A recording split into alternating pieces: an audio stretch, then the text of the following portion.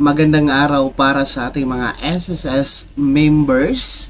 Ang Social Security System or SSS ay nagbabala para sa mga miyembro nito hinggil po sa isang naglilipa na ngayon na impormasyon sa social media. Kung ano po ito, yan ang ating alamin sa video na ito.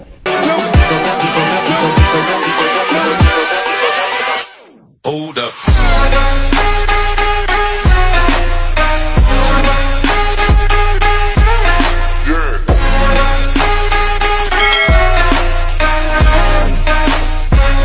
Hello mga ka-vlogs, saan ka mang dako sa mundo, welcome dito sa aking YouTube channel. And kung bago ko pa lang dito, nais mo mga informative content na dito sa aking channel, ay maaari nyo pong i-click ang ating subscribe button pagkatapos mong mapanood ang video na ito. And maaari kayong magiging miyembro dito sa aking channel sa pamamagitan ng pag-click ng join button na nasa baba. So, magandang araw nga po sa ating mga Social Security System members or itong SSS members natin. Dahil meron pong advisory na inilabas po ang SSS. Ito po ay isang babala para sa lahat ng mga miyembro ng Social Security System. Kung saan, inaabisuhan po ang lahat ng miyembro tungkol nga po sa mga naglipa ng fake offers ng SSS na naglipa na po sa ating social media. So, isa na po yan, o isa na po rito, hinggil nga po sa sinasabing scholarship program ng SSS. So, sa SSS po ay mariing tinanggihan na meron pong ongoing na scholarship application or scholarship program para sa mga miyembro nito mga ka-vlogs. Isa pa nito ay meron ding mga naglipa ng mga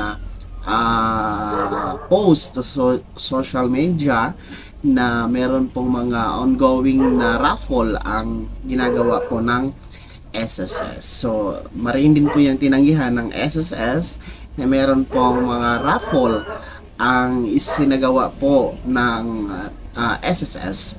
Wala pong raffle, wala pong scholarship ongoing application, si SSS mga ka-vlogs. Kaya, kung meron mang offer na nagme-message sa inyo hinggil dyan, lalong-lalo na yung merong mga link, ayan, wag nyo po yung i-click mga ka-vlogs dahil baka makuha po ang inyong mga personal information, at magamit po sa kasamaan, magamit po sa mga hindi magandang gawain mga ka-vlogs. So, think before you click mga ka-vlogs, sa lahat ng mga SSS member. Yan lamang po ang madaliang advisory, paalala para sa ating mga SSS members. Sana naging gabay ang video na to kahit paano at nabigyan kayo ng idea. Kung hindi ka pa nakasubscribe dito sa aking YouTube channel, ay maaari nyong i-click ang ating subscribe button na nasa baba. Huwag nyong kaligtaan na i-turn on ang notification bell.